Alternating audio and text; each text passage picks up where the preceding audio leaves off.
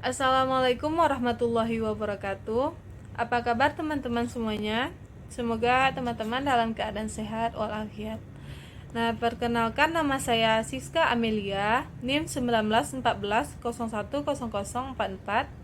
Di sini saya akan menjelaskan materi mengenai manajemen satuan pendidikan tinggi, yang mana poin yang akan dibahas yaitu terdapat 7 poin.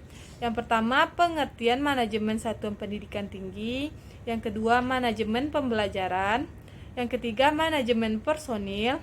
Lalu manajemen pembiayaan, manajemen sarana dan prasarana, manajemen hubungan dengan masyarakat, serta isu-isu kritis dalam manajemen pendidikan tinggi. Baiklah, langsung saja masuk pada poin yang pertama, yaitu pengertian manajemen satuan pendidikan tinggi. Manajemen berasal dari kata to manage yang artinya mengatur. Pengaturan yang dilakukan melalui proses dan diatur berdasarkan urutan dan fungsi-fungsi manajemen itu. Jadi, manajemen adalah suatu proses untuk mewujudkan tujuan yang diinginkan. Sedangkan pendidikan tinggi adalah pendidikan pada jalur pendidikan sekolah pada jenjang yang lebih tinggi daripada pendidikan menengah di jalur pendidikan sekolah. Atau dengan kata lain, pendidikan tinggi merupakan jenjang pendidikan setelah pendidikan menengah yang mencakup program diploma, sarjana, magister, program doktor, program profesi, dan program spesialis yang diselenggarakan oleh perguruan tinggi berdasarkan kebudayaan bangsa Indonesia. Sebaliknya, perguruan tinggi adalah satuan pendidikan yang menyelenggarakan pendidikan tinggi. Jadi, dapat kita ketahui bahwa manajemen satuan pendidikan tinggi adalah upaya yang dilakukan dalam mengatur lembaga satuan pendidikan tinggi untuk mencapai tujuan yang diinginkan pada satuan pendidikan tersebut. Adapun manajemen satuan pendidikan tinggi juga harus menerapkan prinsip manajemen yang akuntabel, dalam arti semua pihak yang terlibat harus berperan aktif serta tidak mengusung kepentingan pribadi.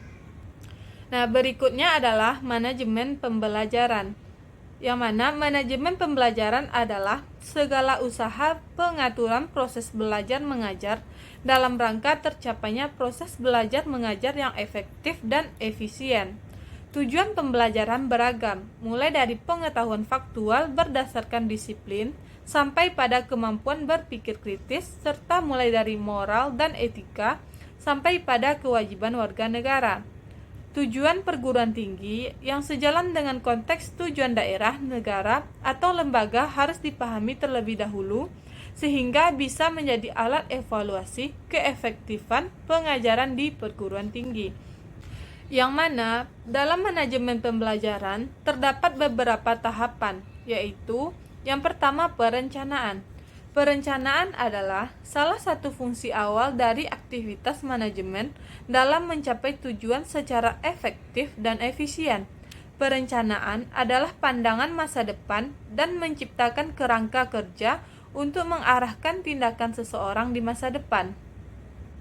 Yang mana tujuan perencanaan ini dapat menjamin keterikatan dan motivasi mahasiswa, membantu mahasiswa memperoleh pengetahuan dan pengembangan pemahaman, memampukan mereka agar bisa menunjukkan pengetahuan dan pemahaman melalui kinerja serta tindakan, mendorong mereka untuk berefleksi kritis tentang dunia dan sekitarnya, membangun kemampuan mahasiswa untuk mengendalikan hambatan dan tindakan kompleksitas dunia dengan cara merumuskan pandangan dan merencanakan tindakan, serta mendorong komitmen sepanjang hidup dalam berpikir kritis dan mengembangkan diri. Berikutnya yaitu tahapan pelaksanaan, yang mana pelaksanaan pembelajaran di pendidikan tinggi ini dapat dilakukan dengan ceramah dengan efektif, pemberian tugas kelompok yang efektif, mendorong diskusi kelas, berkolaborasi dengan kolega, memberikan tugas pemecahan masalah, mencari umpan balik dari mahasiswa, mengelola pengalaman kelas, merangsang keingintahuan, pembelajaran berbasis pengalaman, serta menyusun kontrak belajar. Berikutnya yaitu tahapan evaluasi. Untuk melakukan penilaian di perguruan tinggi, diperlukan sebuah standar yang mengatur tentang kriteria minimal dalam penilaian proses dan hasil belajar mahasiswa. Penilaian pendidikan tinggi dilakukan secara integratif dengan berpegangan pada 5 prinsip penilaian yang meliputi prinsip edukatif, otentik, objektif, akuntabel, dan transparan. Adapun prinsip edukatif merupakan penilaian yang dimaksudkan untuk memotivasi mahasiswa.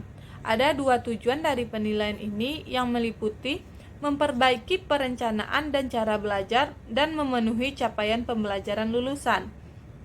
Berikutnya yaitu prinsip otentik. Memiliki makna penilaian dilangsungkan secara berkesinambungan dan hasil belajar yang diperoleh mencerminkan kemampuan mahasiswa pada saat proses pembelajaran berlangsung. Dan prinsip objektif adalah bahwa penilaian dilakukan dengan dasar atau standar yang disepakati antara dosen dan mahasiswa serta bebas dari unsur subjektivitas antara keduanya. Adapun prinsip akuntabel yaitu dilakukan dengan prosedur dan kriteria yang jelas yang disepakati di awal perkuliahan dan telah dipahami oleh mahasiswa.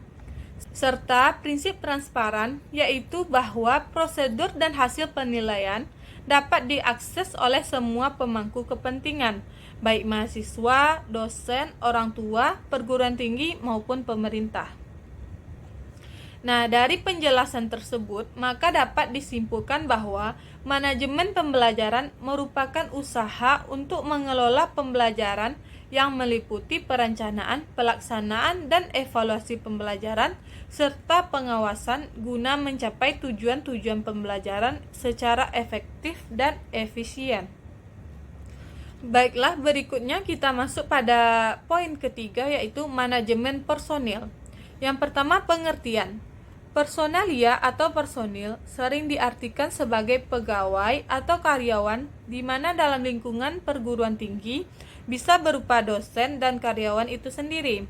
Secara lebih luas bisa mengandung arti keseluruhan orang-orang yang dipekerjakan dalam suatu badan tertentu, baik di lembaga-lembaga pemerintahan maupun dalam badan-badan usaha. Sehingga manajemen personalia dapat diartikan sebagai manajemen yang menekankan perhatiannya pada soal-soal kepegawaian atau personalia dalam suatu organisasi atau badan tertentu. Yang kedua, pentingnya personalia.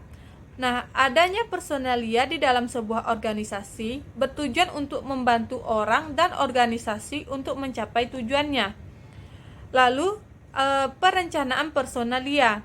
Nah, suatu perencanaan yang sistematik tentang perkiraan kebutuhan dan pengadaan pegawai atau sebuah proses yang diusahakan oleh organisasi untuk menganalisis kebutuhan pegawai dan mengevaluasinya serta usaha untuk memenuhinya sesuai dengan kebutuhan.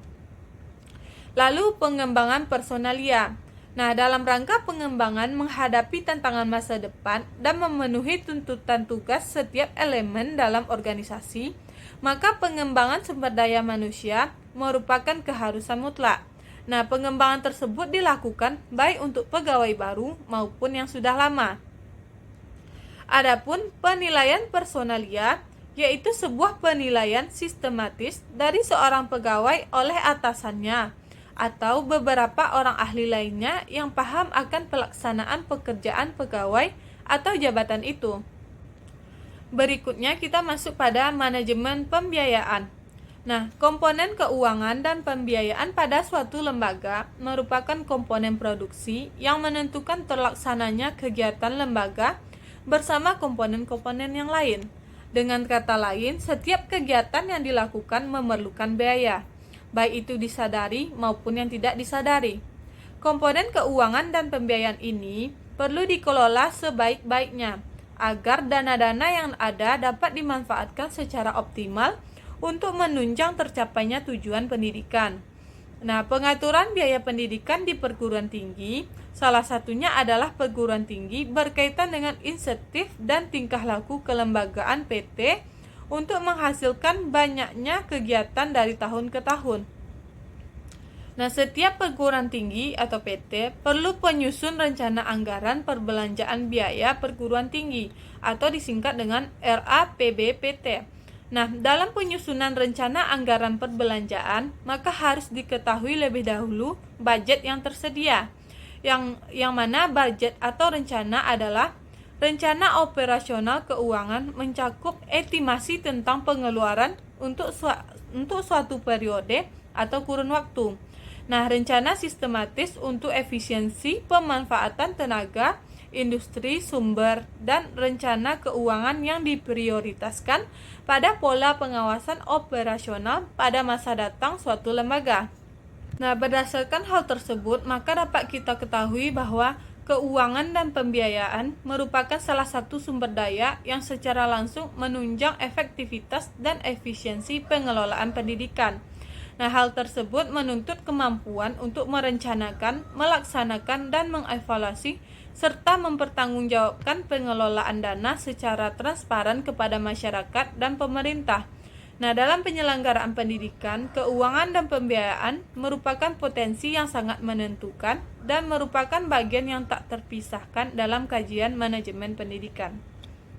Baiklah, masuk pada poin berikutnya, yaitu manajemen sarana dan prasarana. Nah, prasarana secara istilah adalah peralatan yang tidak langsung mempengaruhi tercapainya tujuan dalam pendidikan. Misalnya, lokasi atau tempat bangunan, institusi pendidikan tinggi, lapangan olahraga, dan sebagainya. Nah, sedangkan sarana berarti alat langsung untuk mencapai tujuan pendidikan. Misalnya, ruang, buku, perpustakaan, laboratorium, dan sebagainya. Nah, sementara itu, manajemen sarana dan prasarana pendidikan itu adalah semua komponen yang secara langsung maupun tidak langsung menunjang jalannya proses pendidikan untuk mencapai tujuan dalam pendidikan itu sendiri. Adapun sarana pendidikan terdiri dari 3 kelompok besar, yaitu yang pertama bangunan dan perabotan institusi pendidikan tinggi, yang kedua alat pelajaran yang terdiri dari pembukuan, alat-alat peraga, dan laboratorium. Lalu, media pendidikan yang dapat dikelompokkan menjadi audiovisual yang menggunakan alat penampil dan media yang tidak menggunakan alat penampil secara mikro atau sempit. Kepala institusi pendidikan tinggilah yang bertanggung jawab atas pengadaan sarana dan prasarana pendidikan yang diperlukan di sebuah institusi perguruan tinggi. Masuk pada poin berikutnya, yaitu manajemen hubungan dengan masyarakat.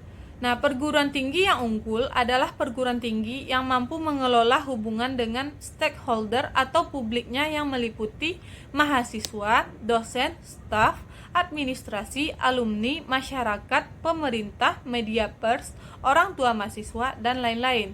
Sehingga melalui yang baik dan strategis itu dapat mencapai tujuan perguruan tinggi secara realistis. Adapun menurut Nasution, agar tugas-tugas humas perguruan tinggi dapat berjalan dengan efektif, maka humas perlu diberi wewenang mendapatkan informasi dari semua unit di universitas melalui rapat pimpinan. Humas perlu diberi wewenang menyampaikan ide pada forum-forum resmi. Humas sebagai lembaga harus dilengkapi dengan struktur yang lengkap, peralatan yang memadai, dan staf humas yang profesional. Dan status humas perlu dekat dengan pimpinan perguruan tinggi atau rektor karena akan lebih efektif kalau secara struktur dapat langsung pada top manajemen, serta agar semua daya manusianya berkualitas, rekrutmen tenaga hukum perguruan tinggi harus selektif. Berikutnya masuk pada poin terakhir, yaitu isu-isu kritis dalam manajemen pendidikan tinggi. Yang pertama, pendidikan tinggi masih menghadapi kendala dalam mengembangkan dan menciptakan ilmu pengetahuan dan teknologi. Nah, kegiatan penelitian dan pengembangan serta penyebarluasan hasilnya masih sangat terbatas. Proses alih ilmu pengetahuan dan teknologi juga mengalami hambatan karena masih terbatasnya buku-buku teks dan jurnal internasional yang dapat diakses. Yang kedua, terdapat banyak masalah yang menjadi realita perguruan tinggi dalam upaya pemberdayaan masyarakat, diantaranya masih minimnya kesempatan masyarakat, khususnya masyarakat miskin, untuk mendapatkan kesempatan melanjutkan pendidikan di perguruan tinggi. Lalu, mahalnya biaya pendidikan di perguruan tinggi menjadi salah satu kendala bagi masyarakat untuk melanjutkan pendidikan di perguruan tinggi. Dan yang ketiga, perguruan tinggi masih dihadapkan dengan tuntutan pembiayaan basi operasional perguruan tinggi yang sangat mahal. Nah, mungkin hanya itu yang dapat saya sampaikan. Maaf apabila terdapat beberapa kesalahan. Terima kasih atas perhatiannya. Assalamualaikum warahmatullahi wabarakatuh.